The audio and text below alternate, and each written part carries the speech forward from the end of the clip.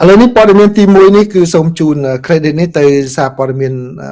ភ្នំពេញប៉ុស្តិ៍ដើម្បីកុំឲ្យប្រិយមិត្តមួយចំនួនថាខ្ញុំយកតែកាសែតបរទេសមក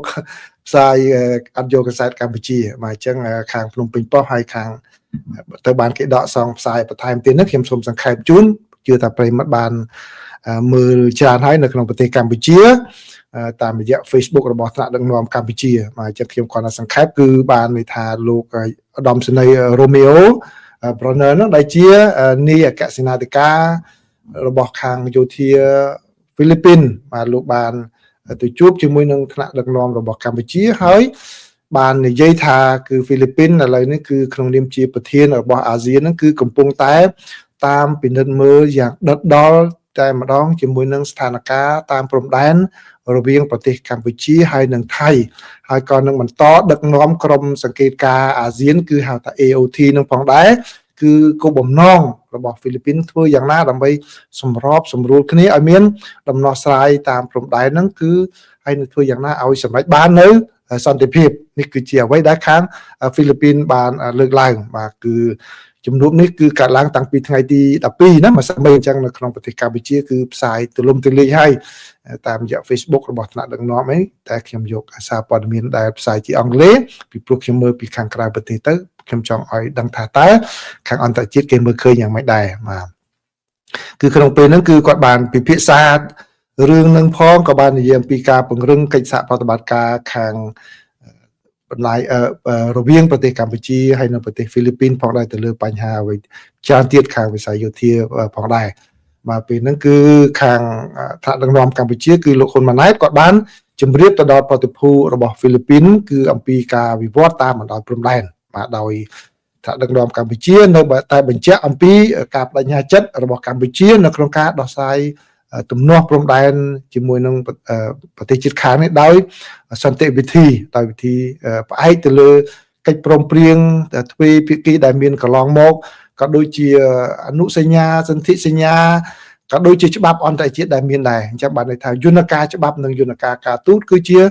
ជំហានដែលខាងរដ្ឋាភិបាលកម្ពុជាគាត់នឹងប្រើនេះបើយោងតាមសេចក្តីរាយការណ៍របស់សារព័ត៌មាននៅខាងប្រទេសកម្ពុជាគឺភ្នំពេញប៉ុស្តិ៍បាទហើយគឺខាងមេដឹកនាំកម្ពុជាគឺលោកហ៊ុនម៉ាណែតនោះក៏បានបញ្ជាក់អំពី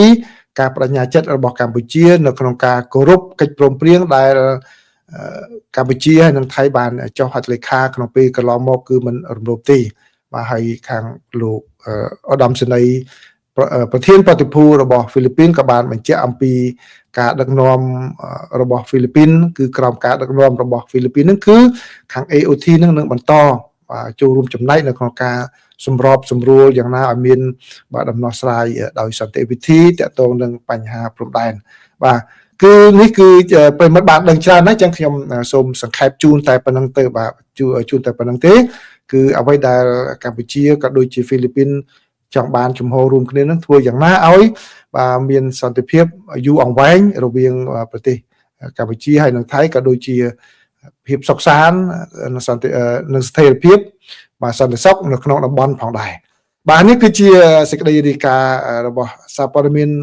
ភ្នំពេញប៉ុស្តិ៍ហើយទៅបានសារព័ត៌មាន ANN បាទបណ្ដាញ ANN គាត់យកមកផ្សាយបន្តបាទខ្ញុំចែករំលែកដល់តែប៉ុណ្ណេះជូនប្រិមិត្តបាទប្រិមិត្តអាចទទួលយកបានច្រើនពីក្នុងប្រទេសកម្ពុជាហើយណាបាទព័ត៌មានទី2នេះគឺជាសេចក្តីរាយការណ៍របស់ទីភ្នាក់ងារសារព័ត៌មាន Reuters ទៅតែចេញផ្សាយមុនដែលខ្ញុំចូលមកនេះគឺ1ម៉ោងបាទអញ្ចឹងបានន័យថារឿងនេះនៅក្នុងប្រទេសកម្ពុជាប្រហែលជាសារព័ត៌មានក្នុងប្រទេសកម្ពុជាជាភាសាខ្មែរក្តីមិនទាន់បានផ្សាយទេអញ្ចឹងប្រិមិត្តបានទទួលមុនគេតែម្ដងគឺគេ breaking news កិច្ចព្រមព្រៀងរវាងគណៈបកភូមិใจថៃហើយនិងគណៈបកភឿថៃ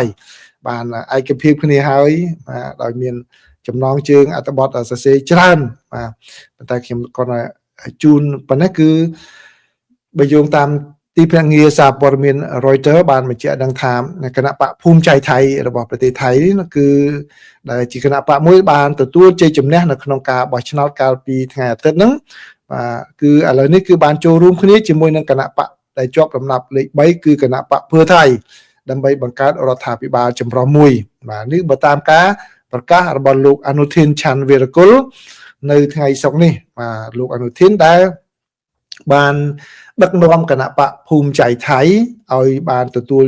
ជ័យជំនះកាលពីថ្ងៃអាទិត្យនេះគឺឈ្នះបានអាសនៈចំនួន193នៅក្នុងសភាជាន់ទាបដែលមានចំនួន500អាសនៈបន្ទាប់មកគឺមានគណៈបកប្រជាជនរបស់ថៃនោះគឺទទួលបានអាសនៈចំនួន118រីឯគណៈបកភឿថៃគឺទទួលបានចំនួនអាសនៈ74អញ្ចឹងយក74បូកជាមួយនឹង193គឺលើសពី251សម្លេងដែលត្រូវការហើយណានេះបើយោងតាមការកណនារបស់ទីភ្នាក់ងារសារព័ត៌មាន Reuters ដែលផ្អែកទៅលើទិន្នន័យរបស់គណៈកម្មាធិការជាតិរៀបចំការបោះឆ្នោតបាទការគ្រប់គ្រងទៅលើគណៈបកភឿថៃនឹងដែលមានអ្នកគ្រប់គ្រងនៅពីក្រោយគឺលោក Thaksin Shinawatra ដែលជាមហាសេដ្ឋីគឺបានថយចុះបន្តិចម្ដងគឺបានផ្ដល់នៅជ័យជំនះច្បាស់លាស់ទៅឲ្យគណៈបកភូមិใจไทยរបស់លោកអនុทิនបាទដែលជាការមួយត្រូវបានគេមើលឃើញថាដៃគូនេះគឺនឹងអាចធ្វើឲ្យរដ្ឋាភិបាលមានស្ថិរភាពក្រោយពីអស្ថិរភាពនយោបាយនៅក្នុងប្រទេសថៃអស់រយៈពេលជាច្រើនបាទលោកអនុทินបានប្រាប់អ្នកយកព័ត៌មាននៅក្នុងសន្និសីទសារព័ត៌មានក្រោយពីពិភាក្សាជាមួយនឹងមេដឹកនាំគណៈបកភឿថៃថាពួកយើងនឹងធ្វើការជាមួយគ្នាក្នុងរដ្ឋាភិបាលដើម្បីរៀបចំប្រទេសរបស់យើងដូច្នេះដើម្បីយើងអាចធ្វើកិច្ចការល្អសម្រាប់ប្រទេសជាតិបាទសូមឲ្យលោកអនុทิនបានអំពាវនាវថាសូមមេត្តាលុបចោលនៅការយល់ច្រឡំនឹងគ្នា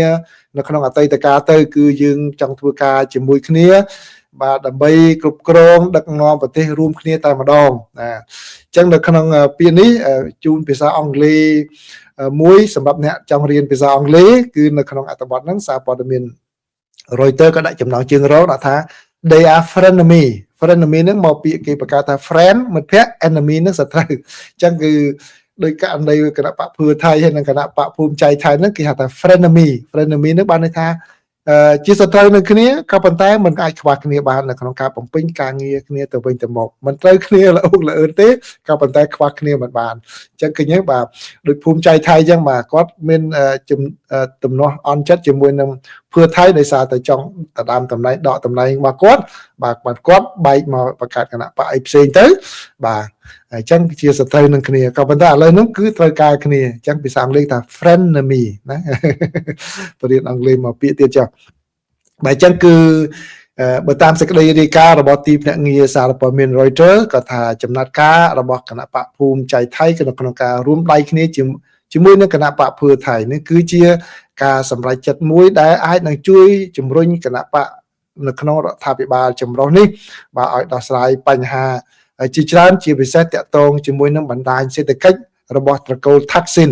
បាទនេះបើយោងតាមអ្នកវិភាគគឺលោក Thitipol Phakdeenavic ដែលជាអ្នកវិភាគនយោបាយនៅសាកលវិទ្យាល័យឧបលរដ្ឋធានីបាទគាត់បានអញ្ជើញបានផ្ដល់ការវិភាគបាទអញ្ចឹងសូមជូនប៉ុណ្ណឹងគឺមានសារព័ត៌មានបានបាទរាយការណ៍បន្តទៀតច្រើនគឺខ្ញុំសូមជូនតែប៉ុណ្ណេះទេដើម្បីឲ្យប្រិមត្តបានដឹងពីព្រោះនៅក្នុងអត្ថបទនេះបានបន្ថែមទៀតពីរឿងបញ្ហាប្រឈមខាងផ្នែកសេដ្ឋកិច្ចដែល